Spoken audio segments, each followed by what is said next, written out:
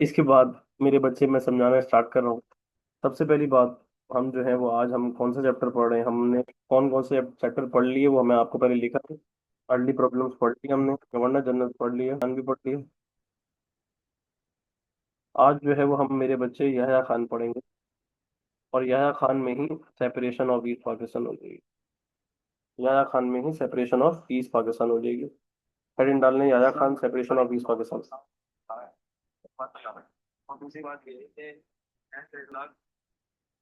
11,500 ठीक, 16 में जरा, 17 में जरा, चलो 17 में नहीं कर सकते, ऐसा नहीं होगा। मैं आपसे 16 में ले रही थी ये पता चल रहा है।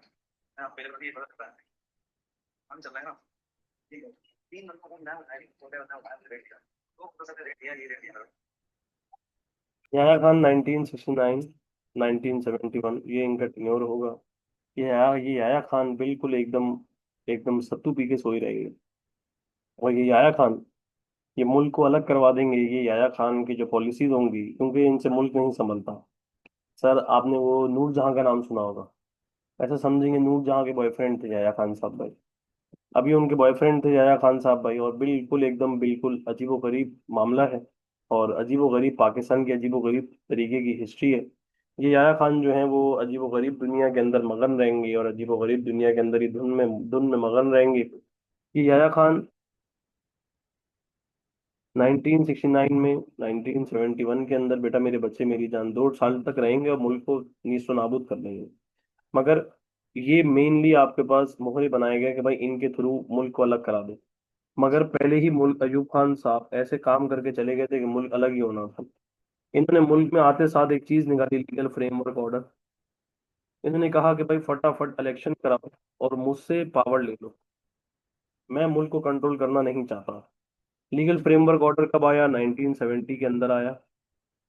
और इन्होंने क्या बोला कि भाई इलेक्शन करवा लो। कौन से इलेक्शन करा लो? फर्स्ट डायरेक्ट इलेक्शन करा लो। क्या करा लो? First direct election. First direct election करा लो। यह आया 1970 में। इन्होंने कहा इलेक्शन कराओ। और कैसे इलेक्शन कराओ? फर्स्ट डायरेक्ट इलेक्शन करवा लो। क्या करा लो मेरे जिगर के टुकड़े? First direct election. 1970 में आ रहा है लीगल फ्रेमवर्क ऑर्डर, 1970 में आ रहा है, ये कह रहे हैं इलेक्शन करा लो, फर्स्ट डायरेक्ट इलेक्शन। बेटा फर्स्ट डायरेक्ट इलेक्शन करा लो। इस लीगल फ्रेमवर्क ऑर्डर के अंदर, इस लीगल फ्रेमवर्क ऑर्डर के अंदर ये याया खान साहब ने निकाला था इसको 1970 के अंदर। और ये फर्स्ट डायरेक्ट इलेक्शन होंगे, और ये 1970 के इलेक्शन होंगे because he wanted to transfer the power. क्योंकि ये पीते पिलाते भी थे, तो इनसे मुल्क नहीं नहीं संभलेगा बिल्कुल भी। और आप देखेंगे नहीं संभलेगा। He wanted to transfer the power. ये था लीगल फ्रेमवर्क ऑर्डर। इन्हीं के टाइम पीरियड के अंदर सर इलेक्शन होंगे 1970, जो हम अभी हम पढ़ेंगे इलेक्शन 1970 के बाद। इन्हीं के टाइम पीरियड के अंदर मेरे जिगर के टुकड़े, इलेक्शन 1970 के बाद सर एक ऑपरेशन होगा जिसको ऑपरेशन को बोलते हैं ऑपरेशन सर्चलाइट। ऑपरेशन सर्चलाइट के अलावा एक साइक्लोन आ जाएगा, जिस साइक्लोन का नाम है भोला साइक्लोन। अस्सलाम वालेकुम जी। नहीं, मुझे तो बोला ही नहीं किसी ने। मुझे बोल दे तो मैं लिया था क्लास में। ऑपरेशन सर्चलाइट के अलावा इनके टाइम पीरियड के अंदर भोला साइक्लोन आएगा। भोला साइक्लोन के अलावा एक ग्रुप बनेगा मुक्ति बाहिनी का। मुक्ति बाहिनी के अलावा हो जाएगी इन्हीं के टाइम पीरियड के अंदर ईस्ट पाकिस्तान। अब इन्होंने सबसे पहली चीज लीगल फ्रेमवर्क ऑर्डर निकाली है, तो उसके थ्रू बोल रहे हैं कि भाई इलेक्शन करा लो। तो भाई सही है भाई, इलेक्शन करा लेते हैं। पाकिस्तान के 2 पार्ट थे, यस और नो। एक वेस्ट पाकिस्तान, और मेरे बच्चे एक ईस्ट पाकिस्तान। एक वेस्ट पाकिस्तान और दूसरा ईस्ट पाकिस्तान। वेस्ट पाकिस्तान में एक पॉलिटिकल पार्टी थी जिसका नाम था पाकिस्तान पीपल्स पार्टी। इस पाकिस्तान पीपल्स पार्टी के लीडर थे जुल्फिकार अली भुट्टो। ये जुल्फिकार अली भुट्टो कौन है? ये जुल्फिकार अली भुट्टो सर ये नाना है किसके? नाना है, ये नाना भाईजान है किसके? ये बिलावल भुट्टो के। जुल्फिकार अली भुट्टो की पार्टी का स्लोगन था रोटी कपड़ा और मकान, ये हम आपसे छीन लेंगे। तो यही पे था, रोटी कपड़ा मकान दे देंगे, मैं समझा ठीक है। ये जुल्फिकार अली भुट्टो भाईजान वेस्ट पाकिस्तान से इलेक्शन लड़ेंगे। और वेस्ट पाकिस्तान में सीटें थी 138, जिसमें से 81 सीटें जीत जाएंगे। कौन जीत जाएंगे? जुल्फिकार अली भुट्टो। ईस्ट पाकिस्तान में एक पॉलिटिकल पार्टी है जिसका नाम है अवामी लीग। इस अवामी लीग के पॉलिटिकल पार्टी के लीडर हैं कौन? शेख मुजीबुर रहमान। ये शेख मुजीबुर रहमान मेरे बच्चे, मेरे जिगर के टुकड़े, इनकी पार्टी का स्लोगन, बेटा स्लोगन क्या है? 6 पॉइंट्स। 6 पॉइंट्स क्या है? ये कहते हैं कि भाई 6 पॉइंट्स इनके ये हैं, कहते हैं कि भाई सेपरेट करेंसी होनी चाहिए, हर प्रोविंस की सेपरेट करेंसी, सेपरेट ट्रीटमेंट्स होनी चाहिए। इसके बाद सेपरेट फाइनेंशियल पॉलिसीज होनी चाहिए, पैसा ही अलग होना चाहिए, हर हर प्रोविंस का मामला अलग अलग होना चाहिए। Separate currency, separate trade agreement, separate financial policy. फिर कह रहे हैं टैक्सेस, जिस मुल्क का टैक्स हो वो उसी के पास ही रहे।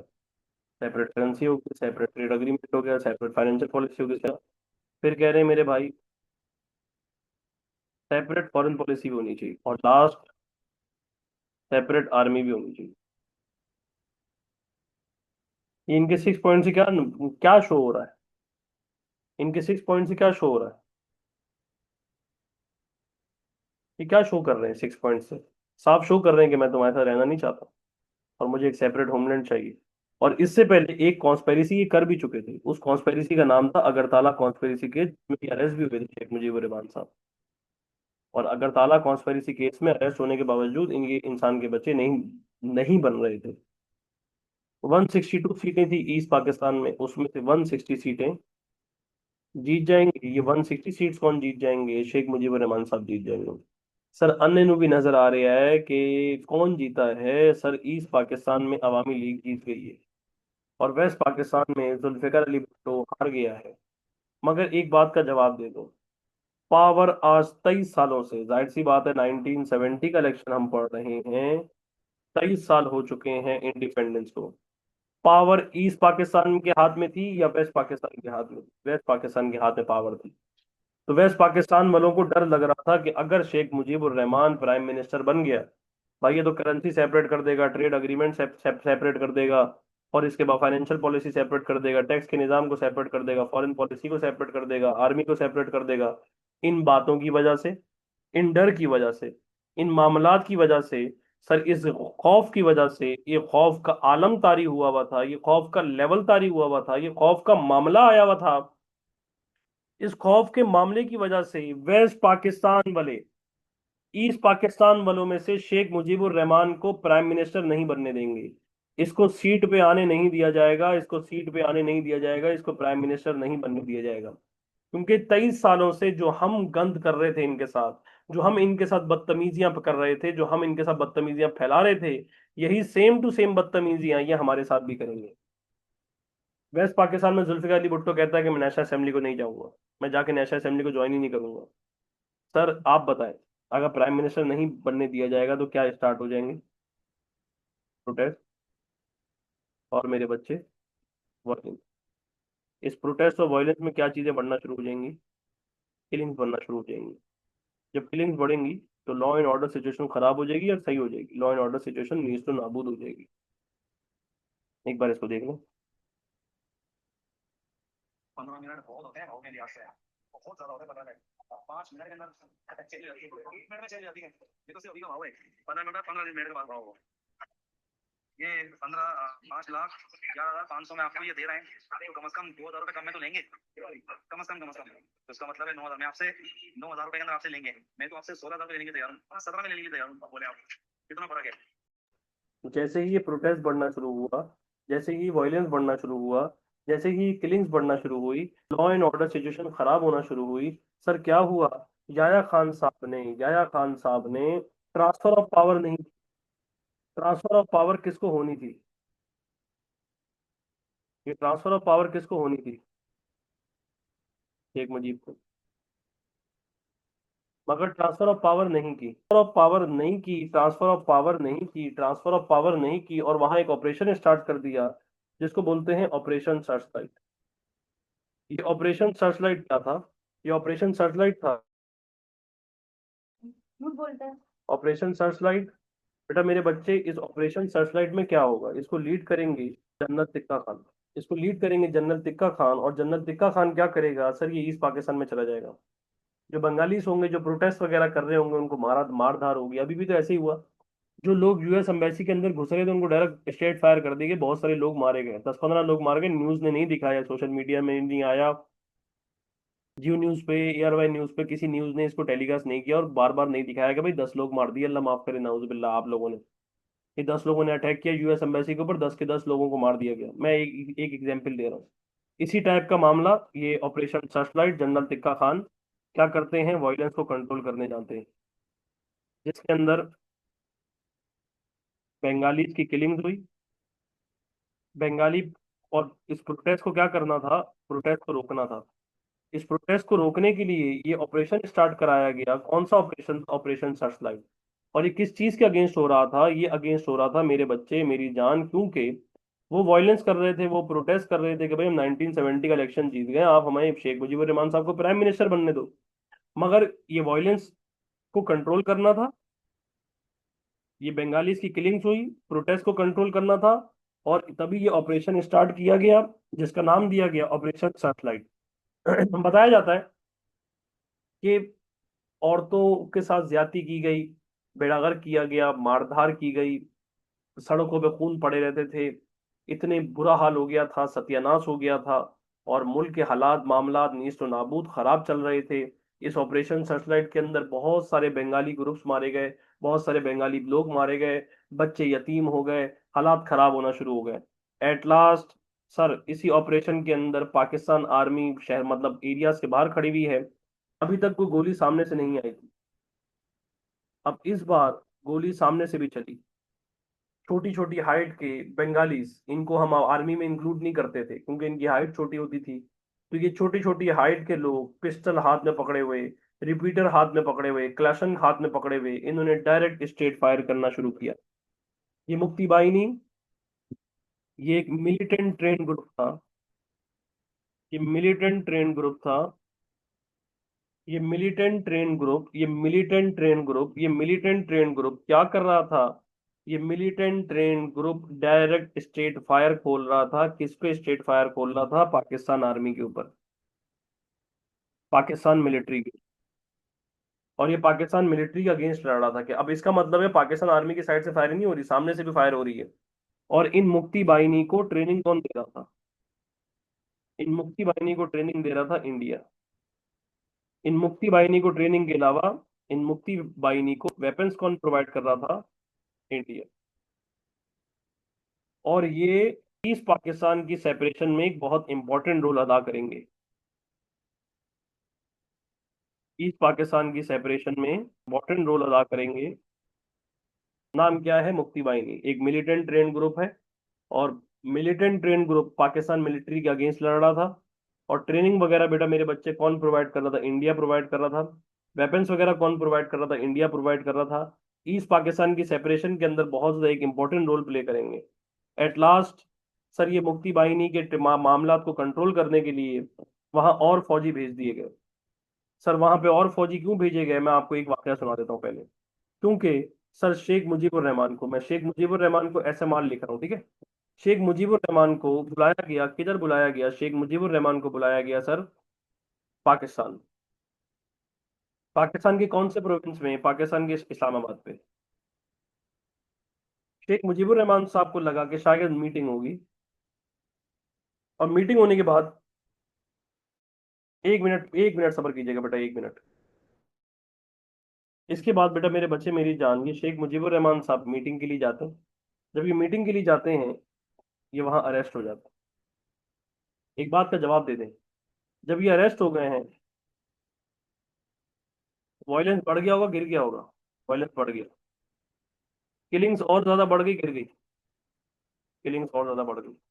सर मार धार कत्लो गारत बे इंतहा उरूज पे चला गया, मार धार कत्लो गारत बे इंतहा उरूज पे चला गया, किलिंग बे इंतहा हो गई, वायलेंस बहुत ज्यादा बढ़ गया। सर इतना वायलेंस बढ़ गया जिसकी कोई इंतहा कोई नहीं। शेख मुजीबुर रहमान साहब, शेख मुजीबुर रहमान साहब इस अरेस्ट करने के बाद, इस वायलेंस के बाद, इस किलिंग के बाद, सर अब पाकिस्तान की situation out of the box चली जाएगी। और पाकिस्तान में क्या स्टार्ट हो जाएगी, पाकिस्तान में स्टार्ट हो जाएगी सिविल वॉर। अब आप जब तक यहाँ तक देखें इन दोनों को, मैं आपको नोट्स की फाइल करके देता हूँ। एक काम करें, अपने रजिस्टर में लिखें what was Operation Searchlight, what या हु वाज मुक्ति बाहिनी, और what happened in the civil war. ये तीन क्वेश्चन लिखें, मैं आपको इसके आगे पढ़ाना शुरू कर रहा हूँ।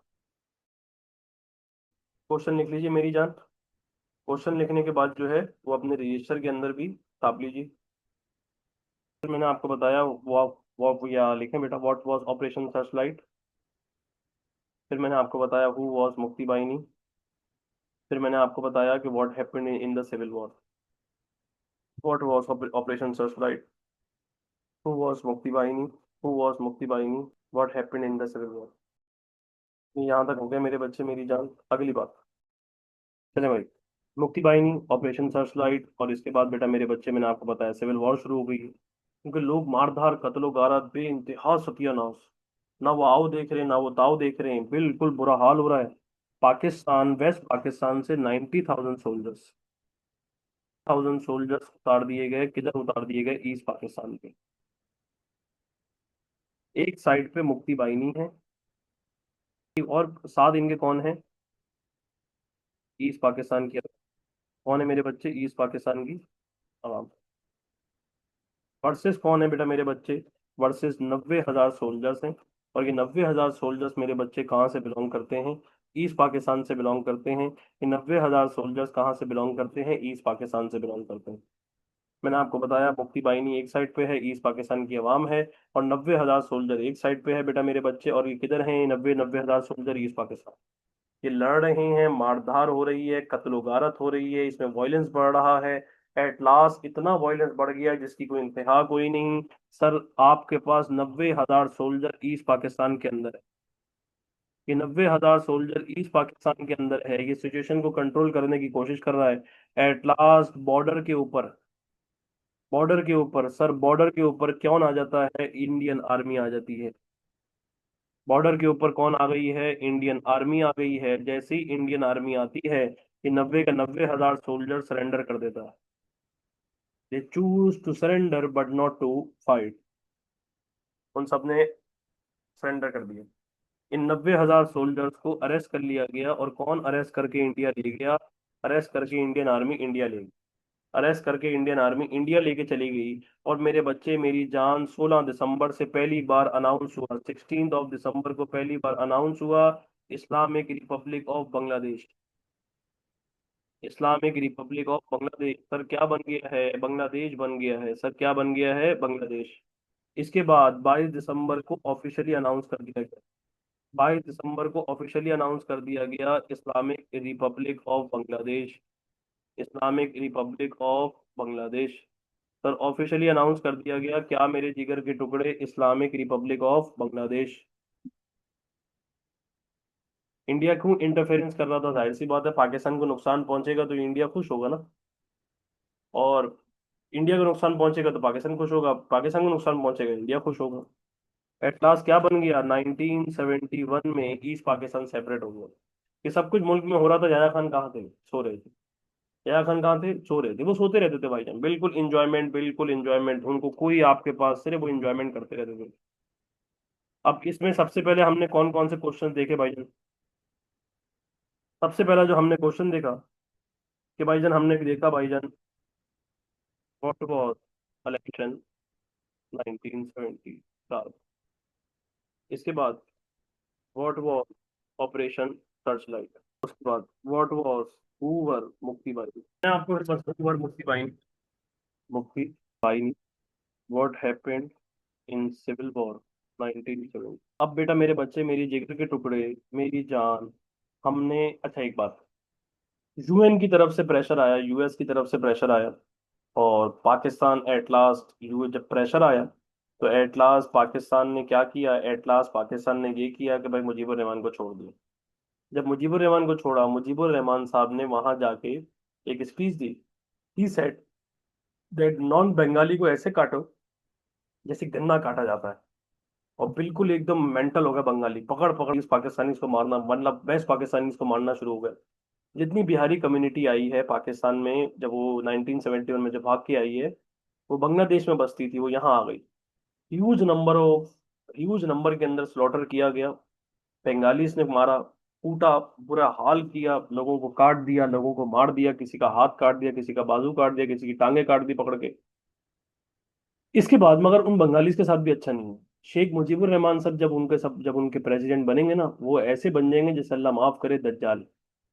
उनकी पॉलिसी सख्त होंगी, उनके मामला सख्त होंगे। वो अपने आप को माई बाप, अल्लाह अकबर, वो गुरूर में आ जाएगा, तकब्बुर में आ जाएगा, मामला काम खराब हो जाएंगे। और एट लास्ट उसी की आर्मी उसके घर पे अटैक कर देती है। और एक ग्रुप उसके घर पे अटैक करता है। जब ग्रुप उसके घर पे अटैक करता है, बिल्कुल जूनियर स्टाफ का मामला होता है, जब उसके घर पे अटैक करता है, उनकी आर्मी, उनकी पुलिस वाले उनको बचाने तक नहीं आते। और शेख मुजीबुर रहमान के बच्चों को, पोतों को, शेख मुजीबुर रहमान को मार दी जाता है। सिर्फ दो बहनें बच जाती हैं, एक हसीना बेगम है और एक और बेटी और है जो शेख मुजीबुर रहमान की बात जो बच गई थी। बाकी शेख मुजीबुर रहमान की नस्ल खत्म कर दी गई थी। इतना वहां अंदर पूरे घर में डायरेक्ट फायर खोल दिए थे स्ट्रेट। शेख मुजीबुर रहमान ने पैरों को हाथ लगा रहा था मगर नहीं बख्शा था उसको, क्योंकि इसकी पॉलिसीज, इसके मामला, क्योंकि इसका एक बंदा था जो इसका बिल्कुल राइट हैंड था शेख मुजीबुर रहमान का, वो एक रेप केस में इन्वॉल्व था। मगर इसने उसको बड़ी जिम्मा और बड़े मामलात कर दिए, उसको जाने जाने दिया। बिल्कुल बदमाशियां चलती थी वहां पे, बादशाहती निजाम थी, जिसको चाहते थे पकड़ के ले आते थे, जिसको चाहते थे काट देते थे। अभी वो जो नहीं, वो कोरिया के अंदर किम जोंग जोंग के आप उसके प्रेसिडेंट के बारे में कोई बात नहीं कर सकते, वही सेम टू सेम मामला यहाँ पे भी था। एट लास्ट ये सारे मामलात होने के बाद, ये सारी चीजें होने के बाद, कल हम क्या करेंगे? कल आपकी 4 से 5 क्लास होगी। कल हम रीजंस पढ़ेंगे जो हमने पहले से पढ़े में। Reasons for the separation of east Pakistan, कि भाई ईस्ट पाकिस्तान सेपरेट क्यों हुआ। Reason for the separation of east Pakistan, कल हम ये पढ़ेंगे इंशाल्लाह ताला। कल हम इसको यहाँ से खत्म करेंगे। ये सवालात आप घर से बैठ के कर लीजिएगा, नोट्स में भी हैं, जो मैंने सेक्शन 3 की फाइल भेजी हुई है उसमें भी हैं। और इंशाल्लाह ताला कल हम एक और सवाल करेंगे। एक reason for the separation of east Pakistan हो गया, और एक और सवाल कि why did Mujib issue 6 points. Mujibur Rahman साहब ने 6 पॉइंट इशू ही क्यों किए? व्हाई डिड मुजीबुर रहमान साहब ने 6 पॉइंट इशू ही क्यों किए? और एक और सवाल आप अपने घर से कर लीजिएगा भी, जो मैंने आपको करा दी है, कि what was the 6 point of Sheikh Mujibur Rahman. साफ शो कर रहा था शेख मुजीबुर रहमान कि मैं तुम्हारे साथ रहना नहीं चाहता, क्योंकि वो कह रहा था सेपरेट करेंसी होनी चाहिए, सेपरेट ट्रेड अग्रीमेंट होना चाहिए, सेपरेट फाइनेंशियल पॉलिसी होनी चाहिए, सेपरेट टैक्स सिस्टम होना चाहिए, सेपरेट फॉरेन पॉलिसी होनी चाहिए, सेपरेट आर्मी होनी चाहिए। जी भी रहमान इशू 6 पॉइंट, ये कल की क्लास में हम करेंगे। अल्हम्दुलिल्लाह रब के फजलो करम से हमारे सिर्फ 3 टॉपिक रह गए। जुल्फिकार अली भुट्टो, जियाउल हक, बेनजीर भुट्टो, नवाज शरीफ। बेनजीर भुट्टो नवाज शरीफ के साथ ही परवेज मुशर्रफ भी हो जाएगा इंशाल्लाह ताला। रमजान के महीने में 30 मार्च से पहले पहले मैं आपका सिलेबस हिस्ट्री ज्योग्राफी का कहानी खत्म करके इंशाल्लाह ताला विद पास पेपर करा के आपको मैं पास पेपर करा के भी अपनी अल्हम्दुलिल्लाह रब के फजलो करम से, क्योंकि 23 तारीख से 22 तारीख है, 23 तारीख से अगर अगर 19 की ईद होती है तो 22 तारीख से पास पेपर सेशन स्टार्ट हो जाएगा। अगर 20 की ईद होती है तो 23 तारीख से पास पेपर सेशन स्टार्ट हो जाएगा। रोज रात को हम पास पेपर किया करेंगे हिस्ट्री ज्योग्राफी इस्लामिक की इंशाल्लाह ताला। ठीक है मेरे जिगर के टुकड़े, अल्लाह हाफिज, अपना ख्याल रखिएगा। इसकी रिकॉर्डिंग अपलोड हो जाएगी। जानू अल्लाह हाफिज। अस्सलाम वालेकुम जी भाई।